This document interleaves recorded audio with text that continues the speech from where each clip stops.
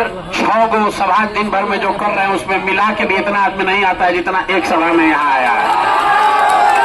अमित शाह बोले हैं कि कौन है कि अमित शाह बोले हैं सम्राट चौधरी को जिताइए। आप बताइए, अमित शाह ही बोले कि बिहार में फैक्ट्री लगाने के लिए जमीनें नहीं है।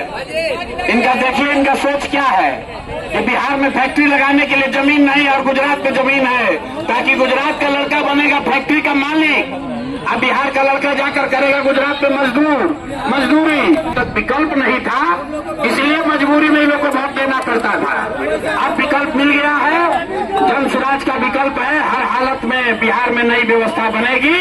15 साल तक आपके माँ बाप यहाँ पर मुख्यमंत्री थे, राजद की सरकार थी, तो बिहार का इतना दुर्दशा क्यों किया? इतना चोरी किया कि आदमी के बात तो छोड़िए, जानवर का भी चारा खा गया। और वो आदमी, वो दल अभी कह रहा है कि हम बिहार में आएंगे तो सब सुधार कर देंगे। ये चाहते हैं बड़ा बड़ा वादा करके कि जनता फिर भ्रम में पड़ के किसी तरह हम लोग को वोट दे, तो फिर हम लोग अपहरण, रंगदारी, गुंडागर्दी जो पहले करते थे वही चालू करेंगे। में राजद और वीआईपी आपस में लड़ रही है। गौरव में राजद और वीआईपी दोनों आपस में भाई, महागठबंधन के नाम पर ये लूट की लड़ाई है। कौन कितना ज्यादा लूट सके, कौन कितना ज्यादा सीट ले सके, किसी को मालूम नहीं है कि जब चुनाव हो जाएगा, अगर गलती से ये लोग जीत गया तो कहाँ रहेगा, कौन किधर भागेगा, किसी को पता नहीं है। जो जिसको सरकार में मौका मिलेगा उधर भाग जाएगा। तो इसलिए इस ठगबंधन में मत पड़िए।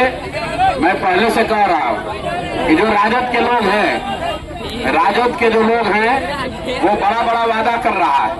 कोई ये नहीं पूछ रहा है कि भाई 15 साल तक आपके माँ बाप यहाँ पर मुख्यमंत्री थे, राजद की सरकार थी, तो बिहार का इतना दुर्दशा क्यों किया? इतना चोरी किया कि आदमी के बात तो छोड़िए, जानवर का भी चारा खा गया। और वो आदमी, वो दल अभी कह रहा है कि हम बिहार में आएंगे तो सब सुधार कर देंगे। तो भाई 15 साल में क्यों नहीं किए?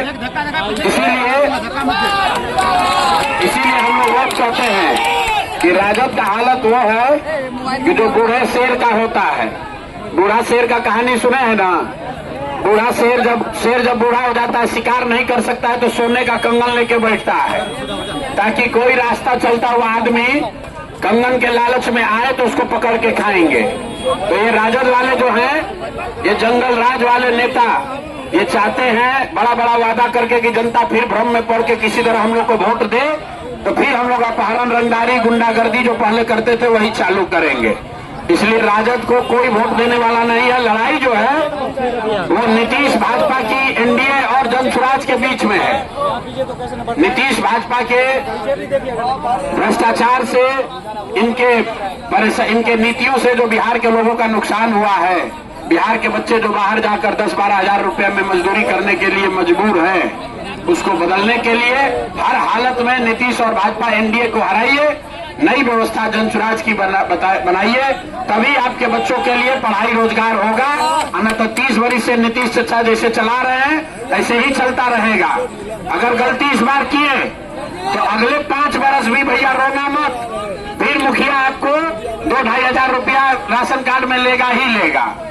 इंदिरा आवास बनाने में 20,000 घूस लगबे करेगा। बिजली का बिल गलत आएगा ही, नकली शराब बिकेगा ही बिकेगा। और आपका बाल बच्चा यहाँ से जाकर गुजरात में, तमिलनाडु में जाकर मजदूरी करेगा। अगर ये स्थिति बदलना है तो नीतीश भाजपा को हटाइए, नई व्यवस्था बनाइए। सर मोदी जी, प्रधानमंत्री नरेंद्र मोदी मुंगेर में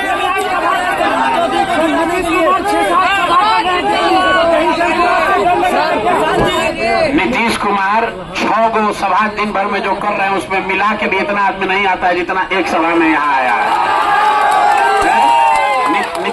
नीतीश कुमार के सभा का हालत ये है कि पब्लिक का फोटो नहीं जारी करता है, स्टेज का फोटो जारी करता है। स्टेज पर नीतीश कुमार खड़े हैं, उनका 50 को सिपाही, अर्दली, उनका सुरक्षा कर्मी खड़ा है। पब्लिक 500 नहीं है। पब्लिक ने मन बना लिया है, देखिए हम लोग यहाँ खड़े हैं, यहाँ आए हैं, कोई सुरक्षा नहीं है, हमको कोई डर नहीं है। लेकिन बिहार में कोई ऐसा नेता नहीं है जो बिना सुरक्षा के कहीं चला जाए। कोई मुखिया भी बनता चलता है।